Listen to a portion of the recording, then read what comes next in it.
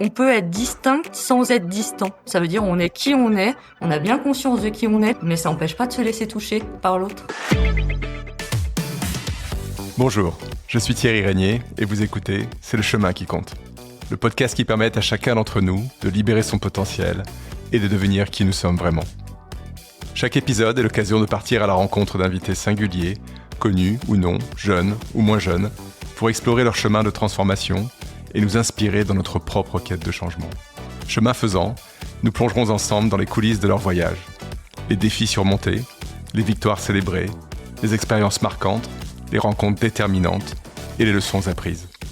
Bref, toute chose qui nous rappelle que plus que la destination, c'est le chemin qui compte. Aujourd'hui, je reçois Céline Perron, éducatrice spécialisée, psychopraticienne, cadre de rééducation pédiatrique, mais avant tout, maman. Bonjour Céline. Bonjour Thierry. Alors Céline, je suis super heureux de t'accueillir ici sur ce podcast parce que quand on regarde ton parcours, on a l'impression que c'est une véritable leçon de résilience, de courage et de transformation qui est évidemment le thème de ce podcast. Et tu l'incarnes pleinement ce thème car ton parcours, quand on le regarde, il a été semé d'embûches, de doutes, mais aussi de rencontres et de révélations qui illustrent combien il est possible de se reconstruire, de s'épanouir et de faire de ses blessures des forces pour soi, mais aussi pour les autres. Alors, on le retrace ensemble, ce chemin. Tu es né à Charette, un minuscule village de l'Isère, sans commerce, dans une famille ouvrière modeste, silencieuse, parfois même étouffante. Une enfance sans écran, mais sans heurts. Tu grandis entre deux grands frères, dans une maison où l'on parle peu, où l'amour se montre peu, où les émotions restent coincées. Et très tôt, d'ailleurs, ton corps parle pour toi. Angine à répétition, douleurs inexpliquées. Tu somatises l'indicible, tout ce qui ne peut être dit. Tu confieras plus tard, c'est comme si je faisais symptôme pour la famille. L'entrée au collège est brutale. Tu y arrives sans repère, sans goût pour les apprentissages et surtout sans comprendre ta place. Tu te sens étrangère, une martienne. Tu somatises encore, tu t'absentes beaucoup et tu finis par décrocher complètement. À 16 ans, tu claques la porte du collège. Mais au milieu de ce désert, une lumière. Philippe, un médecin que tu rencontres à 13 ans, devient ton mentor. Il est le premier adulte à vraiment t'écouter, à te voir et il te redonne un souffle. Grâce à ces formations pour décrocheurs scolaires au Greta, tu découvres une pédagogie différente, à l'écoute, humaine. Tu explores l'introspection, le développement personnel. Tu réalises qu'apprendre peut avoir du sens. Et dans un stage auprès de personnes en situation de handicap, c'est une véritable révélation. Tu te sens en lien, à leur hauteur, sans filtre, sans jugement. Tu diras, je me sentais plus proche d'eux que des gens dits normaux. À 22 ans, tu deviens maman d'une petite Emma. Cette maternité imprévue te donne un nouvel élan. Tu passes tes concours enceinte, ton oral quasiment avec ta fille dans les bras. Tu es reçue et tu découvres un bonheur inédit, celui d'apprendre des choses que tu aimes, d'étudier la psychologie, le développement de l'enfant, tout en le vivant au quotidien avec ta fille. Tu enchaînes ensuite sur une formation d'éducatrice spécialisée à l'université de Grenoble.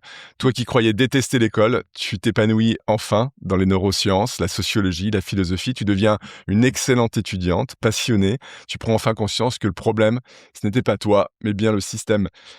Après plusieurs années dans un centre médico-social innovant, tu prends toujours davantage de responsabilités. Tu enseignes maintenant au Greta, la même où tu avais été formé. Puis récemment, tu deviens cadre de rééducation pédiatrique. Tu continues à apprendre, à te former, à évoluer. Tu accompagnes à ton tour avec douceur, exigence et humanité. Ce qui te guide, Céline, c'est cette volonté permanente d'aller à la rencontre de l'autre, de cheminer avec lui, d'apprendre de lui. Tu dis, ce que j'aime, c'est aller rejoindre les gens là où ils sont. Et c'est une très belle définition, finalement, de la transformation qui est le thème de ce podcast, partir d'où l'on est pour devenir qui l'on est pleinement. Bienvenue sur le chemin, Céline. Merci Thierry pour ce portrait. Je suis très touchée. Je me sens très touchée par ce portrait parce que je le trouve très très juste pour retracer mon histoire. Super. Justement, j'avais envie de te faire réagir. C'est vrai que ça génère souvent de l'émotion de se voir retracer son parcours d'une seule traite comme ça en quelques minutes. Qu'est-ce que tu ressens en fait à la réécoute de ce parcours ? Je trouve ça vraiment très juste sur le fait que, il y a une phrase que tu as dit qui m'a touchée, c'est le fait que le problème finalement, est-ce que c'était moi ou est-ce que c'était le système? Et ça, c'est une question que je me suis énormément posée tout au long de ma vie. C'est de me dire: «Mais est-ce que c'est moi qui arrive pas à m'adapter?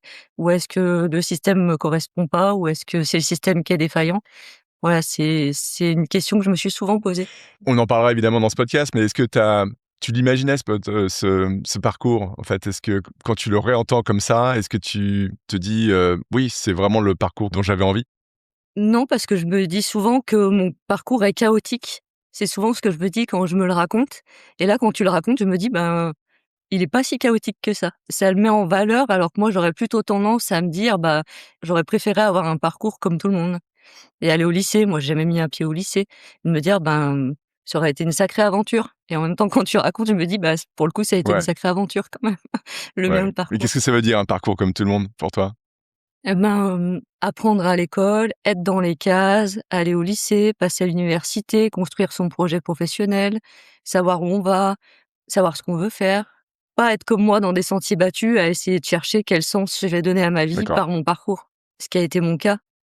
Pour moi, ma boussole, c'était mettre du sens, en fait, à qu'est-ce que je vais devenir dans cette vie? Quel sens va y avoir pour moi dans cette vie?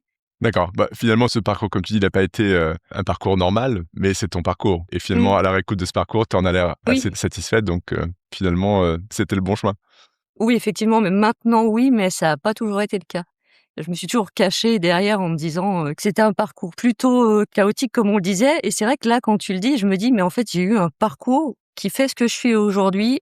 C'est un parcours vraiment très singulier, j'en ai conscience, mais c'est plutôt les gens qui vont venir me le dire. C'est vrai que cette singularité de parcours fait aussi qui je suis aujourd'hui et si j'avais eu un «chemin normal» entre guillemets, je me dis que je serais pas, qui je suis aujourd'hui. Exactement. Je trouve que c'est super encourageant et ça donne beaucoup d'espoir, vraisemblablement aux gens qui nous écoutent, de se dire que même effectivement si le parcours est chaotique, on peut faire sens de ce parcours et arriver à être satisfait, aligné finalement avec qui, on est.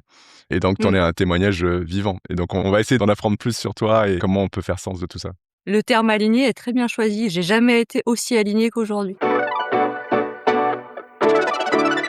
Il y a vraiment une première question que j'ai envie de te poser. Tu dis souvent que c'est en rencontrant les personnes en situation de handicap que tu t'es sentie enfin à ta place. Et je voulais savoir un peu pourquoi cette rencontre-là avait été aussi, déterminante et fondatrice pour toi? Eh bien, je dirais que, contrairement à l'école, j'ai trouvé là des personnes qui étaient authentiques, qui étaient dans leur authenticité, dans leur singularité. J'ai toujours eu le sentiment que, pour la plupart d'entre eux, ils avaient pas de masque social et ils sont qui ils sont et du coup, j'ai vraiment toujours eu l'impression d'aller les rencontrer vraiment, sans avoir besoin d'aller gratter et de me dire: «Ben, est-ce qu'ils sont vraiment ce qu'ils sont?» Je pense que c'est la problématique que j'ai eue moi, plus jeune. C'est qu'à la rencontre des personnes, ben, j'ai l'impression de rencontrer une surface et avec eux, c'était pas le cas et d'être vraiment sur un lien relationnel qui était vrai et D'accord. qui était authentique. Ça, pour moi, ça a été une Et vraie qu'est-ce qui se révélation. jouait pour toi, en fait, dans cette, révélation, dans quelle mesure elle était attendue, importante pour toi? Eh bien, je crois que c'est dans la rencontre l'un de l'autre. On le disait, hein, par rapport à mes parents aussi et ouais, j'ai l'impression des fois de pas Mmh. les avoir vraiment rencontrés, d'avoir eu accès à une partie d'eux qui était celle qu'elle était, hein, dans ce qu'ils pouvaient, donner. Mais dans les gens, de manière générale, j'avais l'impression d'avoir du mal à les rencontrer. Et finalement, en fait, en rencontrant ces personnes en situation de handicap, tu avais accès à la vraie nature des gens et ça t'a touché, c'est quelque chose qui a vraiment résonné pour toi? Oui et je crois que leur singularité aussi. J'ai l'impression que leur singularité a fait écho à la mienne. Parce que mine de rien, les gens qui sont en situation de handicap, on a beau faire beaucoup d'inclusion, bah, ils sont quand même beaucoup mis de côté dans la société et moi, je me sentais aussi comme ça. Je me sentais à part, je me sentais différente. C'est venu faire écho, je pense, chez moi, à cette partie de moi. Et donc ça a été tellement important pour toi dans ton histoire que finalement cet univers du handicap, tu as continué à l'investiguer, à y participer, à y contribuer. Tu y es aujourd'hui évidemment, encore en tant que professionnel. Est-ce que peut-être tu peux nous parler un petit peu de ton métier aujourd'hui, en quoi ça consiste? Aujourd'hui, mon métier est très différent de la rencontre que j'ai eue de ce milieu au départ. Juste pour faire un petit pont, le milieu où j'étais avant, c'était un milieu d'accompagnement d'adultes en situation de handicap, déficience intellectuelle sévère, où vraiment c'est un monde où je suis pas sûre qu'on se représente bien quand on n'y est pas, mais c'est un monde où les grilles sont fermées, les gens ont pas le droit de sortir. Ils vivent là-bas, c'est nous qui rentrons dans leur monde et c'est un monde qui est complètement exclu du reste de la société. Là, à l'heure actuelle, je suis dans un poste qui est différent puisque je travaille en hôpital de jour avec des enfants en situation de handicap moteur d'origine neurologique. Donc, c'est des enfants qui viennent à la demi-journée. Et c'est des enfants qui sont scolarisés en milieu ordinaire et qui sont chez leur famille le soir, le week-end. Donc moi, je suis cadre pédiatrique, mais je suis avant tout éducatrice spécialisée. Donc, je suis là vraiment pour les accompagner dans leur rééducation, qui est pas toujours facile pour eux. Et je suis avant tout Mmh. là pour eux, je dirais. quand ils ont besoin, quand, c'est difficile pour eux, quand la rééducation est lourde, quand ça va pas ou quand juste il y a besoin d'un moment, plus léger, où on n'est pas en train de penser à son handicap et à ce qu'on n'arrive pas à faire, ben, on se met par terre, on joue aux billes, on va prendre un feutre, on va se mettre à dessiner. Voilà, moi je suis un peu là dans ce cadre-là et puis je fais tout ce qui est rencontre avec les familles. Je vais dans les écoles, je vais à domicile. J'essaye vraiment de coordonner tout leur environnement D'accord. autour d'eux. Et avec, toutes les années, plusieurs, décennies quasiment que tu as passé dans cet univers, est-ce que tu as toujours le même ressenti en fait, de celui que tu exprimais, auparavant? C'est-à-dire, le fait d'être, en alignement, de te nourrir et de contribuer, à ce milieu de la même manière? Est-ce que ça a évolué ou est-ce que c'est toujours aussi fort en fait cette relation entre, cet univers et toi? Elle est intéressante ta question parce que je me dis qu'il y a toujours quelque chose qui est similaire dans le fait que je me sens toujours aussi proche Mmh. des personnes que j'accompagne. J'ai vraiment l'impression à des moments de faire bulle avec eux et d'être dans un moment qui est vrai, qui est authentique, dans une qualité de présence que moi je qualifierais d'exceptionnelle, d'intense, enfin des moments où vraiment on se voit, on se rencontre. Je pense que je me laisse plus facilement rencontrer aujourd'hui qu'il y a 20 ans. Avant, j'avais tendance à vraiment aller rencontrer l'autre, mais je pense que je me D'accord, laissais moins rencontrer moi. Et je pense que ça, c'est d'accord. différent aujourd'hui. Je pense que vraiment, je laisse les enfants me rencontrer moi, qui je suis, Céline, en tant que personne à part entière. Et ça, je pense que c'est quelque chose qui est différent, oui. Et qu'est-ce qui a changé fondamentalement pour que tu te laisses, mieux, découvrir aujourd'hui? Je pense que ma formation en psychopraticienne, elle m'a vraiment aidée. Il y a une phrase de Thierry Tournevis, qui est notre formateur, qui disait, c'est un des concepts de ce qu'on appelle la maïeusthésie, c'est de se dire: «On peut être distinct sans être distant». Et ça, moi, ça m'a beaucoup aidée, parce qu'on se met beaucoup de barrières en tant que professionnel en se disant: «Faut une distance professionnelle», comme s'il fallait rien dire de soi et comme si nous, on pouvait tout savoir sur eux, vraiment, de manière très intime, mais que nous, il faut pas trop en dire sur nous. Il y a un peu quelque chose de cet ordre-là dans ces milieux, où on doit pas trop se laisser, happer par nos vies privées. Alors ce qui est vrai, hein. Je dis pas qu'il faut Mmh. pas, mettre des limites, mais juste qu'on peut pour moi être, distincte sans être distant. Ça Ouais. veut dire on est qui on a bien conscience de qui on est, de la place qu'on a pour eux et inversement, mais ça empêche pas de se laisser toucher par l'autre. Bien sûr. Et je pense que c'est aussi une manière de se protéger parce que les métiers que vous faites, le métier que tu fais, c'est des métiers qui sont difficiles et qui peuvent, te toucher, profondément, personnellement si tu es trop perméable, justement aux émotions. Mmh. Et je trouve ça assez remarquable qu'avec toutes ces années, maintenant, tu t'autorises finalement à être, plus perméable et à te laisser toucher, à te laisser, découvrir, même si ça peut avoir un impact sur toi, personnellement. Effectivement, je pense aussi que je suis mieux construite. Enfin, avec toutes ces années d'expérience et de travail sur moi, je pense que je sais aussi où j'en suis et je suis beaucoup plus solide qu'avant. Et je peux vraiment me permettre de me laisser toucher et approcher sans me laisser ni envahir, ni que c'est quelque chose de débordant. Tu parlais de concept de maïeusthésie, c'est ça? Oui, Est-ce que tu peux nous décrire en 2 mots, de quoi il oui, retourne?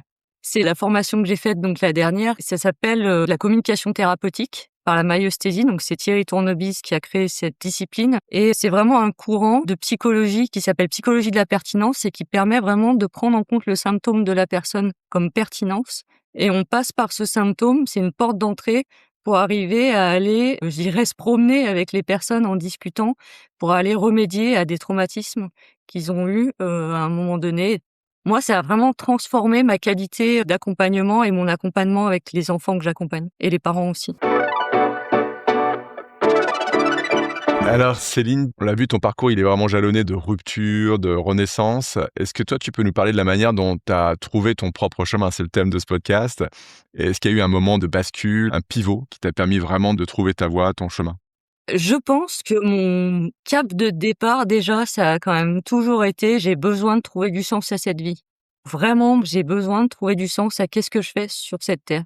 Comment je vais arriver à prendre goût à cette vie? Et comme tu l'as dit, je pense que la rencontre avec Philippe a été déterminante.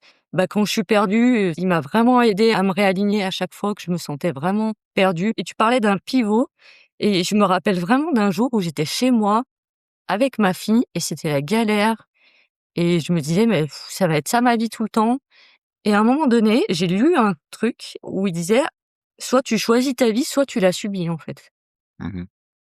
Et bah, ça, pour moi, ça a été une révélation. Je me suis dit: «Mais en fait, soit je reste dans cette vie de victimisation où je me retrouve seule avec ma fille hyper jeune, phobie scolaire, vivre de la CAF». Voilà, j'ai l'impression que j'avais le choix à ce moment-là, de me dire: «Bah, soit je m'installe dans cette vie soit, je choisis ma vie. Alors choisir sa vie, c'est aussi se mettre en inconfort. Moi, ça a dû être à un moment donné reprendre les études et c'était hyper inconfortable, mais en même temps, je l'ai choisi. Et je me dis que ça a tout changé dans mon parcours. Me dire: «Mais en fait, choisis ce que tu as envie de faire. Choisis ta vie, postule dans toute la France, va là où ça te Ouais. motive». Ça a vraiment été un déclic pour moi. Donc c'est le petit déclic, mais j'imagine qu'il y avait d'autres choses qui ont alimenté ta transformation. Tu as lu ce petit article, oui, c'est devenu, le petit éclair finalement de génie qui t'a permis, Mmh. de faire cette transformation. Mais est-ce que tu dirais qu'il y a eu d'autres moments significatifs, qui t'ont permis de pivoter, de basculer vers quelque chose qui était plus aligné avec tes attentes, tes ambitions? Je pense qu'il y a eu un truc de fond aussi qui a été toujours faire du mieux que je pouvais. Et en fait, j'ai l'impression que le fait de faire toujours du mieux que je pouvais sur tout, j'ai l'impression que c'est ce qui m'a permis de faire des rencontres et de toujours être juste dans mon chemin. Et c'est là où la direction m'a dit: «On vous propose de partir en formation», chose qui était complètement inattendue. Mais il y a pu y avoir des pivots comme ça parce que j'ai toujours fait de mon mieux. Et là, de nouveau dans mon travail actuel, j'ai toujours l'impression de m'être donnée à 200. Et là, à un moment donné où je me re-questionne sur, qu'est-ce que je fais de la suite? Là, ma direction vient me voir et ils me disent: «Est-ce que vous seriez d'accord pour passer cadre?» Et j'ai l'impression qu'il y a eu plusieurs choses comme ça dans ma vie qui ont fait que j'ai pu, monter, et c'est le fait que je sois alignée avec moi-même qui fait que j'ai pu passer ces paliers-là, j'ai l'impression.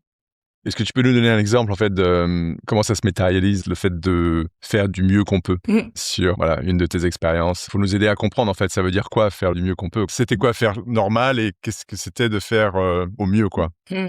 Je dirais que là où je travaillais avant, donc c'était le foyer Les 4 Jardins à Saint-Étienne-de-Saint-Joire, faire toujours au mieux pour moi, c'était faire ce qui était le mieux pour le résident, pour la personne que j'accompagnais.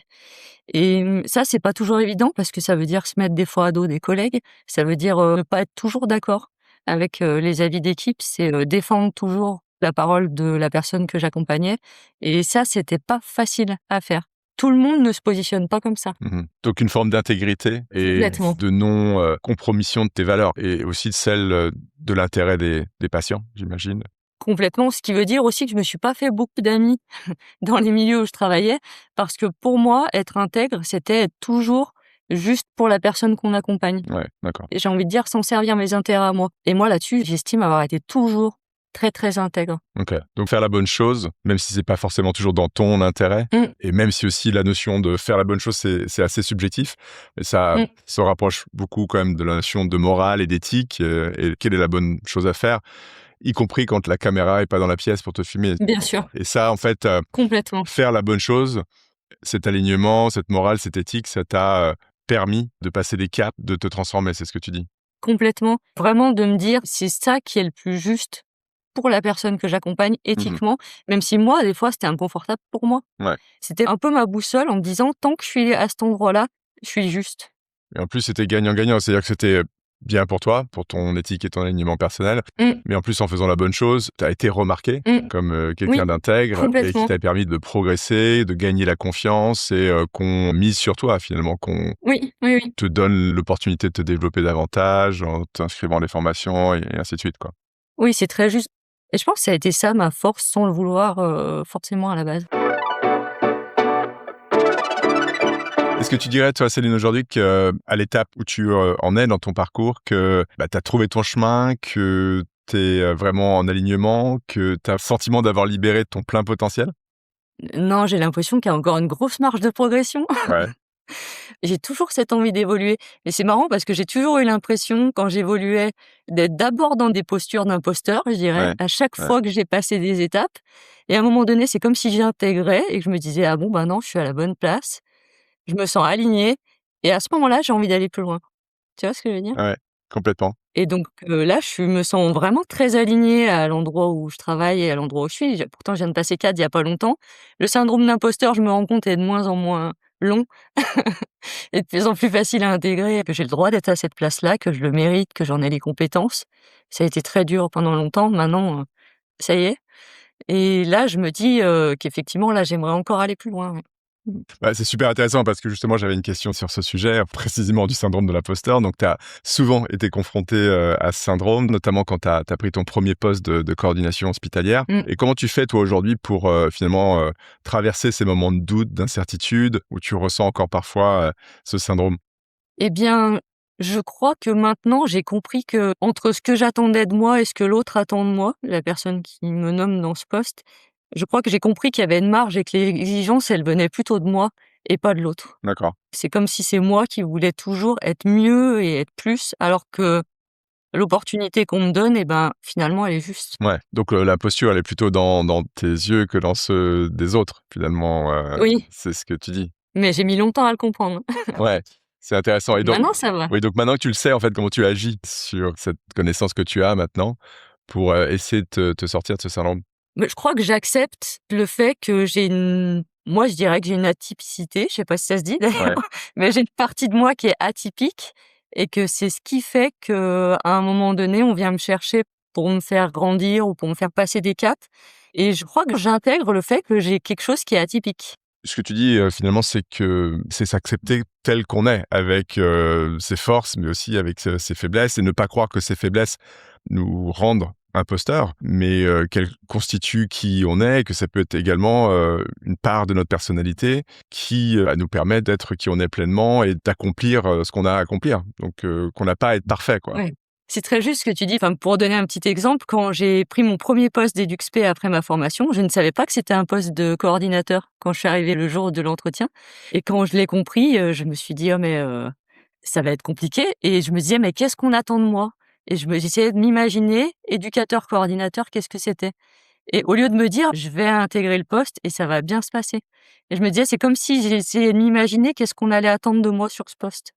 Alors qu'en fait, j'en avais tout à fait les compétences. Et là, en cadre, c'est ce qui vient de se passer. J'ai dû me dire: «Mais c'est quoi être cadre?» et il a fallu que je me dise: «Ben non, en fait, si on m'a nommé cadre, c'est que j'ai déjà, en fait, Ouais. les compétences et la posture de cadre». D'accepter qui je suis et comment je fonctionne et juste, en fait, de continuer à faire ce que je fais. C'est juste que je vais avoir d'autres responsabilités, mais de continuer à être qui je suis dans ma singularité puisqu'on me nomme cadre tel que je suis, donc on me demande pas d'être quelqu'un d'autre. Très juste. Est-ce que, toi, Céline, tu peux nous parler un petit peu de ton hygiène intérieure? Je sais que tu as mis en place pas mal de pratiques pour, mieux te connaître, donc si tu peux nous parler de tes rituels, peut-être des influences, des rencontres aussi qui t'ont aidé à avancer, à maintenir cette exigence d'alignement et à trouver ton chemin? Je crois que ce qui m'a beaucoup aidée, sur l'introspection, il y a eu beaucoup de choses, hein. Je dirais qu'il y a la thérapie, déjà moi qui m'a énormément aidée. Mmh. J'ai été suivie en thérapie pendant des années. Il y a le fait d'avoir des amis et des frères pour moi qui ont été très, très importants, de pouvoir se questionner avec eux, de pouvoir faire beaucoup d'introspection avec eux. Mmh. La lecture, énormément de lecture. Mes formations m'ont beaucoup construite. Moi, je crois que 70 de ma formation était de la psychologie. On nous demande quand même dans nos formations de faire énormément d'introspection, d'analyse sur nous-mêmes et je pense que ça m'a beaucoup construite. J'ai fait pas mal de méditation aussi. La méditation pour moi a été une énorme ressource sur le fait de me recentrer, sur la qualité de présence, sur, qu'est-ce que je ressens aujourd'hui, comment je le vis. Quand j'ai une émotion négative, OK, je vais la regarder. Qu'est-ce qui se passe pour moi? C'est quelque chose que je fais encore à l'heure d'aujourd'hui. Mmh. De me dire: je repousse pas l'émotion négative, mais je viens la rencontrer. OK. Je viens la regarder. Je viens me dire: «Qu'est-ce qu'elle vient me dire?» Qu'est-ce qui a été le plus impactant, tu dirais, parmi toutes ces, pratiques pour toi? Je dirais quand même que la méditation pour moi a été une grande ressource. Mmh. Parce que moi, j'avais quand même tendance à aller beaucoup chercher de la ressource extérieure avec, des personnes qui m'aident, que ce soit en psychothérapie, mes frères, mes amis, mes proches, Philippe et il y a un moment donné où pouvoir avoir des ressources intérieures, ça a été important pour m'autonomiser aussi. Mmh. Pour me dire: «Comment j'arrive à être autonome intérieurement pour être bien et pas avoir besoin de l'autre Ouais. à l'extérieur pour me sentir bien?» Pour moi, c'est la rencontre avec la méditation qui a fait ça. C'est intéressant ce que tu dis parce qu'on pense souvent à l'exploration, comme tu le dis, donc aller voir à l'extérieur ce qui se passe pour mieux, se comprendre. Mais on passe souvent sur, alors je sais pas si ça se dit, l'imploration, l'exploration interne, l'introspection. Mmh. Et tu parles de la méditation et en fait, peut-être pour ceux qui nous écoutent et qui aimeraient s'y mettre, toi, comment ça s'est passé en fait, la découverte, la pratique, la mise en place de ces rituels de méditation, d'introspection, pour inspirer peut-être ceux qui nous écoutent à s'y mettre également? Alors moi j'ai d'abord, parce que moi je fonctionne comme ça, mais j'ai eu besoin d'aller, apprendre à méditer dans un espace avec des gens et un prof de médite. Ouais, J'ai commencé comme ça, j'ai fait toute une année comme ça d'accord, et après par contre, j'y arrive encore pas aujourd'hui à méditer seule sans support. d'accord. Donc c'est là où je trouve qu'on a la chance actuellement d'avoir énormément de supports et il faut vraiment trouver celui qui nous convient. Parce que moi d'une personne à une autre, sur la méditation, ça me convient ou ça me convient pas. Bien sûr. Moi ça a été la découverte de Fabrice Midal qui m'a beaucoup aidée, où j'ai lu un de ses livres et je me suis mis à faire ses méditations. En même temps, c'est introspectif et c'est déculpabilisant, j'ai envie de dire, parce qu'il y a pas l'idée d'arriver ou de pas arriver à méditer. Souvent, les gens, ils disent: «Ouais, mais moi, j'arrive pas à méditer» et Fabrice Midal, là-dessus, je le trouve bien parce que lui, il dit: «Il y a pas à arriver Mmh. ou à pas Ouais, arriver. En fait, on y va, on se pose et on ouais. regarde». Ouais, c'est les 2 piliers de la méditation, c'est qu'on juge pas et Mmh, c'est pas performatif, il y a rien à accomplir, en fait. mmh. C'est pas du tout, dans le faire, c'est dans l'être. Oui, c'est ça et alors moi qui suis toujours dans le: «Est-ce que je vais y arriver?» parce que j'ai quand même un fond de moi qui me dit que j'ai été nulle sur plein de choses, donc je peux avoir tendance à me dire: «Je suis nulle, je vais pas y arriver» et Fabrice Midal, il m'a vraiment décomplexée là-dessus, D'accord, en me disant: «Bah, je peux méditer en fait, comme tout le monde». d'accord. Ouais, ça a été une énorme ressource interne en tout cas. Et peut-être sur les bénéfices de la méditation pour toi, en fait, qu'est-ce qui s'est passé pour toi en termes de transformation grâce à la méditation? Qu'est-ce que tu as appris?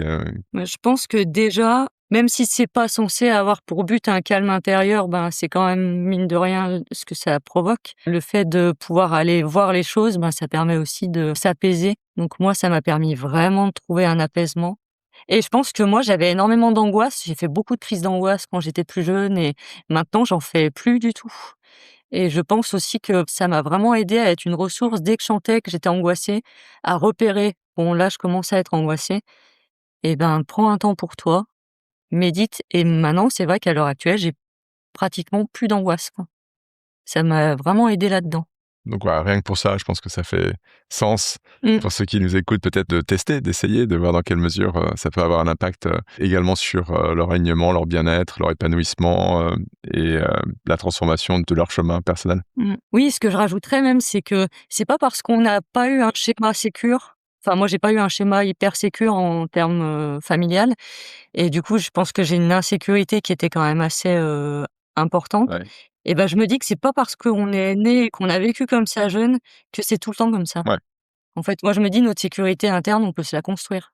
Et moi, j'avais vraiment l'impression de me l'être construite. Aujourd'hui, j'aurais pas de mal à me dire: «Bah, je pars à l'autre bout du monde, même si c'est seul et je me sens ouais. sécure».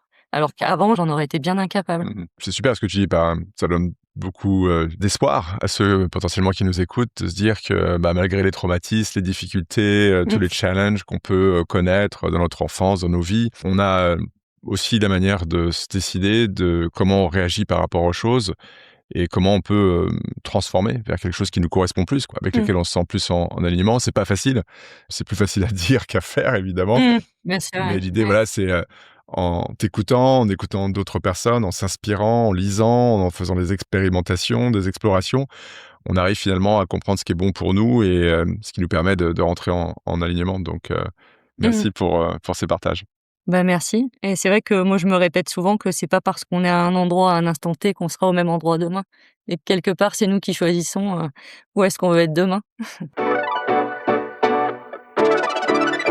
Quel impact, toi, tu dirais, Céline, ta transformation, il y en a une multiple au cours de ta vie, ton parcours, a eu sur toi, dans un premier temps, mais aussi sur les autres autour de toi?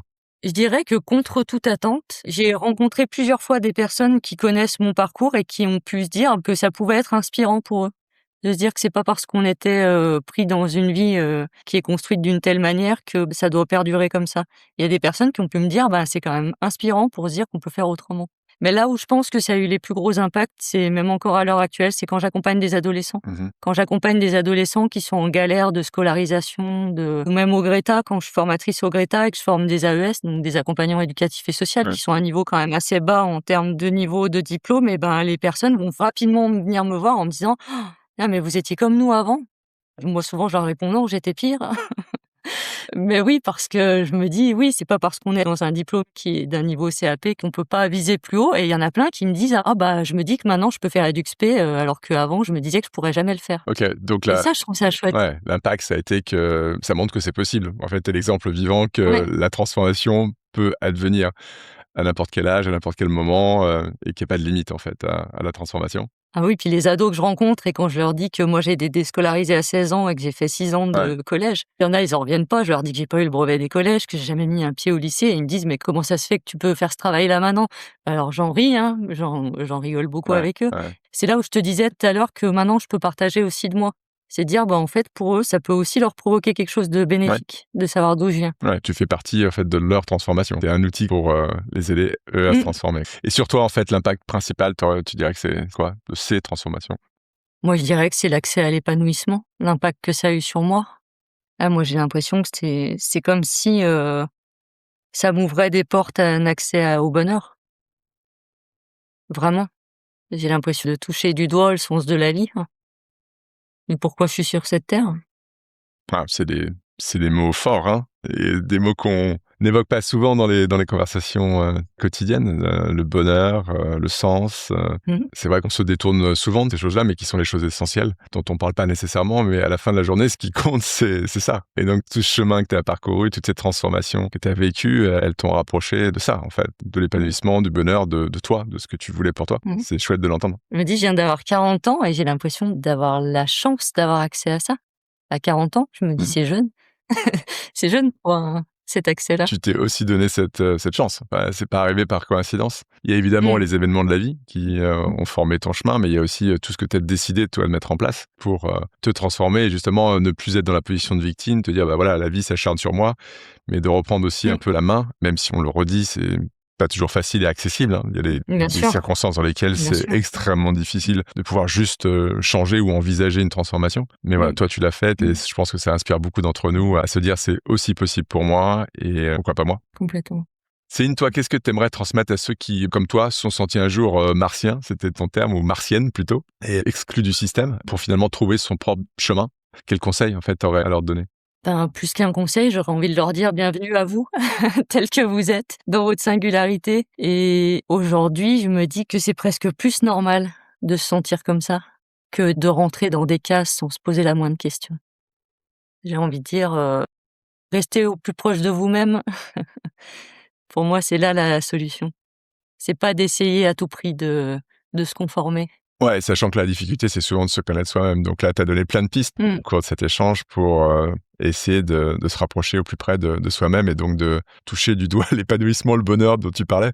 Mmh. Parce qu'évidemment, c'est quand on se rapproche de qui on est vraiment que l'alignement intervient. Oui, puis c'est oser investir sa singularité, j'ai envie de dire. Oser investir, ce qu'on a de différent. Parce que moi, c'est comme ça, j'ai l'impression de m'être démarquée par ma différence et en même temps, c'est ce qui m'a fait grandir et c'est ce qui Ouais, a fait que je me ouais. suis fait repérer. Mmh. Ouais, mais c'est ça, on a souvent envie de gommer les angles, pour que les Mmh contours mh. soient plus, souples, et qu'on s'adapte finalement à ce qu'on attend de nous. Alors que finalement, c'est ça qui nous détourne de nous-mêmes et nous rend pas forcément heureux. Donc, Complètement. cultiver cette singularité, faire une force de cette singularité, c'est plutôt, ce qui toi t'as réussi et a priori peut réussir à d'autres. Oui, oui, c'est oser tout en restant dans le cadre. Je suis toujours restée dans le cadre quand même des endroits où je travaillais. J'ai toujours été très carrée, très OK avec ma direction. Voilà, je suis toujours restée dans le cadre, mais toujours quand même à explorer l'expression de cette singularité que j'avais. Céline, on arrive bientôt à la fin de notre échange. À quoi ça ressemble la suite du chemin pour toi? Est-ce que tu l'as déjà imaginé? Oui, je suis en plein dedans. Je suis en train de monter un dossier pour faire une reprise d'études en septembre 2026, OK, pour faire un master 2 en culture et santé à la fac de philo de Lyon. d'accord. Ça m'impressionne moi-même de me dire ça parce que je me dis: «Est-ce que je vais être à la hauteur une fois de plus?» Et en même temps, je pars confiante. Ouais, puis maintenant tu sais le gérer, ce syndrome de l'imposteur. Bien sûr, je le prends presque à la rigolade maintenant. C'est un petit défi que je me lance et qui me OK. fait, au fond de moi, qui me fait beaucoup rire et qui me donne beaucoup d'enthousiasme, même si j'ai des petites peurs qui me font coucou, mais qui sont largement, gérables à l'heure OK. d'aujourd'hui, pour lequel je serai soutenue aussi par ma direction et ça sera ça la suite parce que j'aimerais mettre en place avec, donc Isabelle Poirot qui est mon amie, grâce à qui je suis avec toi aujourd'hui Ouais, on la et avec elle remercie. on aimerait mettre un comité éthique en place, là où je travaillais. Ouais, mais justement, juste peut-être en 2 mots, cette association culture et santé, est-ce que tu peux nous en parler? Ça paraît pas une association évidente, a priori, donc est-ce que tu peux nous en Mmh parler mh. en 2 mots, nous dire à quoi ça ressemble? Alors, pour le moment, c'est quelque chose que j'ai pas beaucoup investi. Je sais juste que c'est vraiment une formation qui va vraiment permettre d'aller plus loin dans l'éthique. Le mot culture d'ailleurs dans ce master est très vaste en fait, D'accord. est très large. C'est pas forcément la culture comme on l'entend, OK. nous, mais c'est plus, vraiment mettre, au centre l'éthique dans la santé et moi, c'est vraiment mon but. OK. Et de retourner à la fac de philo, pour pouvoir justement réinvestir ce côté introspectif, apprendre en philosophie. Je sais pas trop, je me lance un peu dans un truc qui est un peu vague encore pour le moment, en tout cas qui me botte bien. Ouais, qui a l'air de t'inspirer, pas mal. Cool. Ouais.